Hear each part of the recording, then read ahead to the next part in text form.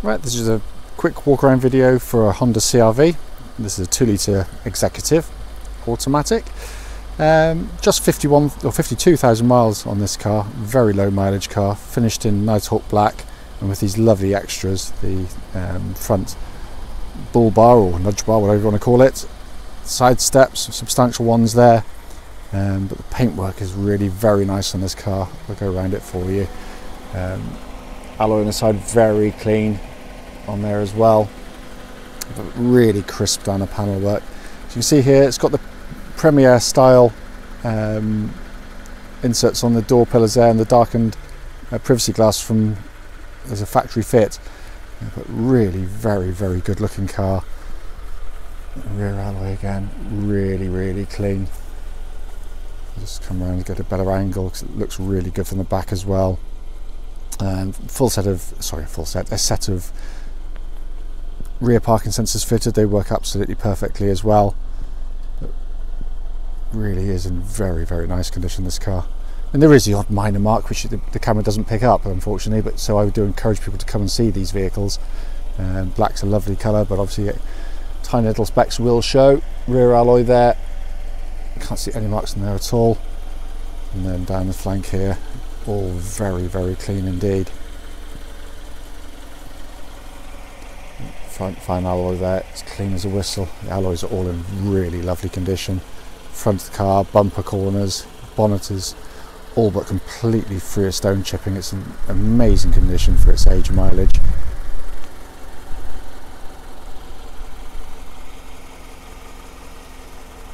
So coming to the boot area, plastics on the rear tailgate there, really clean.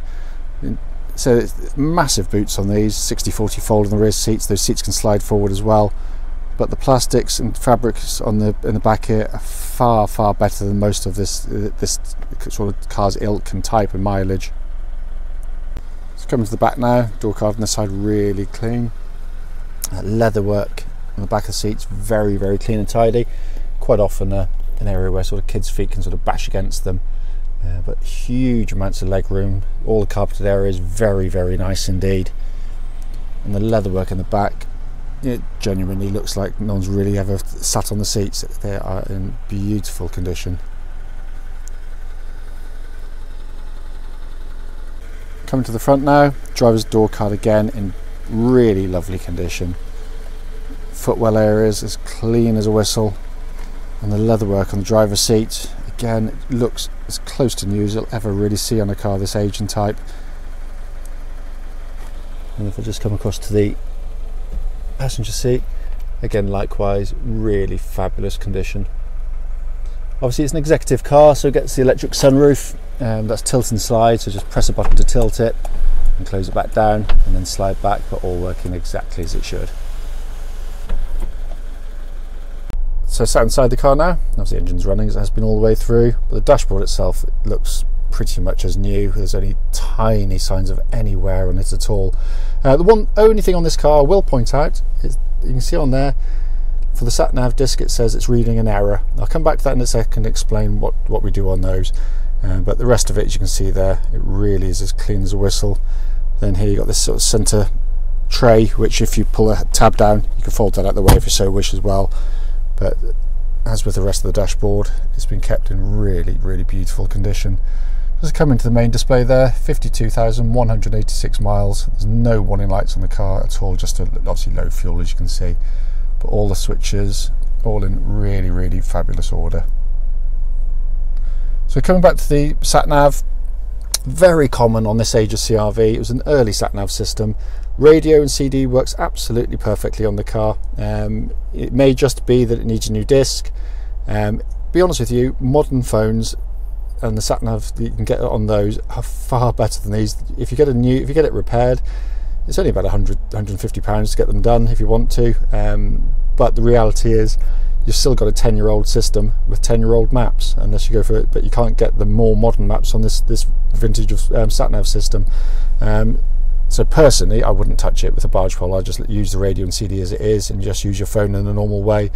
If pushed, I may well consider getting it looked at for you. So finally, just coming under the engine bay, really nicely presented by Honda. fantastic engines, incredibly tough and reliable. Obviously a cam chain driven engine, so there's no cam belt services due on these vehicles at all, but they're designed to take a couple 100,000 miles in their stride. What will follow this video will be a road test of this very car. Right then, this is a quick road test video. Now, this is for a Honda CR-V, and it's a 2-litre executive car. This particular car is registered DK06XVX, and mileage at the start of the road test is 52,181 miles. The reason we do the road test is very simple. We just want customers to see the cars in operation prior to come to see us, and that way if there's anything sort of fundamental mechanically, then we can feed back any issues that there might be on the vehicle to you. It's nothing more frustrating than turning up to go and see a car and you drive it and straight away you know there's something amiss. We've been on the receiving end ourselves. It's not very nice, so hence that's why we do it. And I do tell you if there's any problems, I'll let you know about them straight away. So starting with the engine of the car, I mean, this has been a wonderfully looked after car. I think it's had 11 services from memory, and it feels like it. It feels absolutely as tight as a drum, starts instantly, sounds as sweet as a nut, the engine, it really does. Pulls really hard as well, and absolutely sings its heart out when it revs. But a really lovely unit. There's no warning lights on the dashboard relating to the engine or any other part of the car, if you can ignore a low fuel light, which I guess doesn't really count. Temperature gauge running at a third, which is exactly where it wants to be on a Honda car, whether it be a petrol or a diesel. So all in fine fettle there. Automatic gearbox, very well matched to the engine. It's a lovely gearbox, very smooth shifting. Obviously on any car, any age, you should still do a couple of checks just to make sure the gearbox is in good condition. The best way to do it is when it's nice and warm, just take it from neutral into drive or into reverse and just see if there's any delays or thuds when it engages, and that, are the gear changes nice and smooth. And this one ticks every box. It's absolutely silky smooth in the way it changes gear. So in terms of engine, gearbox, absolutely spot on. It really is. It's a very nice example, this one. So excuse me 1 second.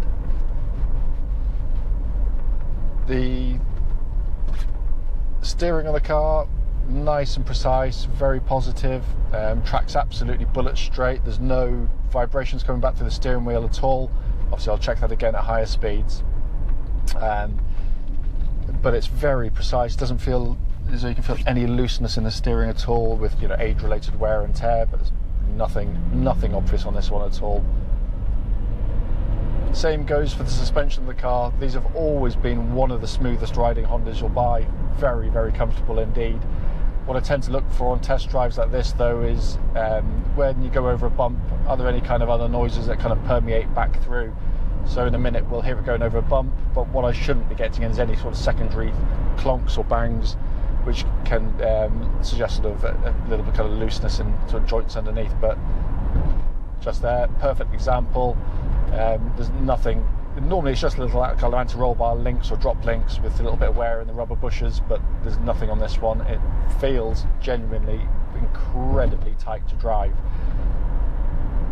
And I've had plenty of them, so this is a sort of good base to sort of check these cars, with all sorts of mileages, including some very low mileage ones. And this drives as well as any I've ever driven.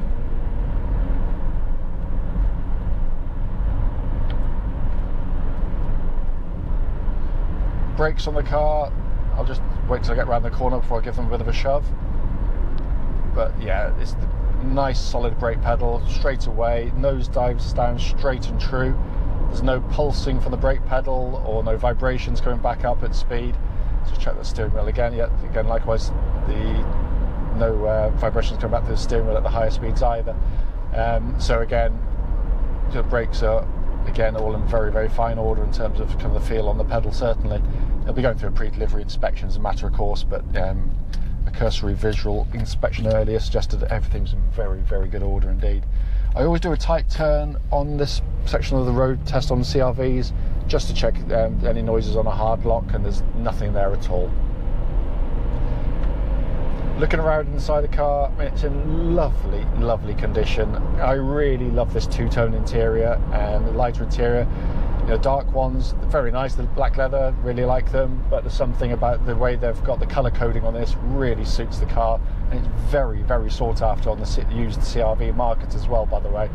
But it's all in really lovely condition, utterly belies its age, it really does. It's been kept absolutely beautifully.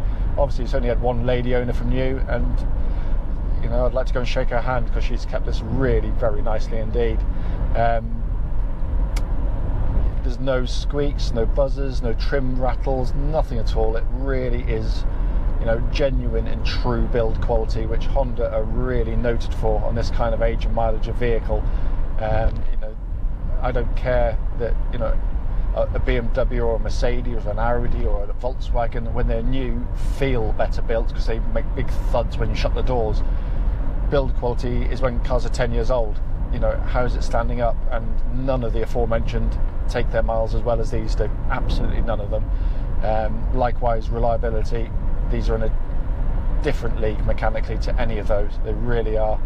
If you didn't know, you probably do, but obviously this is a four-wheel drive car. But unlike lots of them, because it's got a really clever and utterly reliable four-wheel drive system, there's no buttons or switches to press, nothing to do. It basically does it all for you. I mean, Honda worked out very quickly many years ago that the vast majority of driving that people using these cars will be doing will be something not dissimilar to what I'm doing today.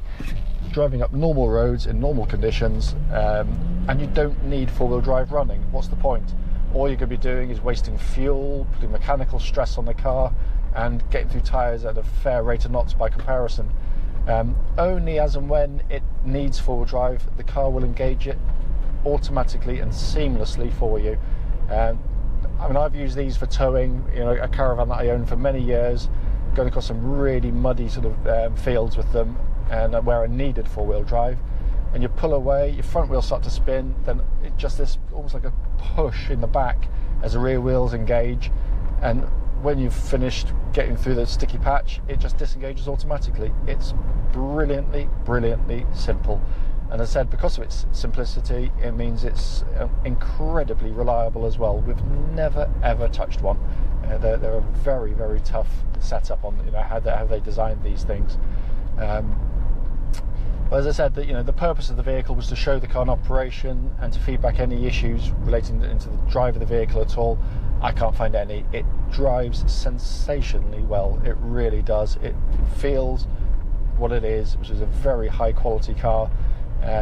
You know, despite its age, obviously it's done a very low mileage, but they can take absolutely huge mileages as well. Obviously, if I've missed anything, don't hesitate. Please do give me a call, and I'll obviously happily answer any questions you might have.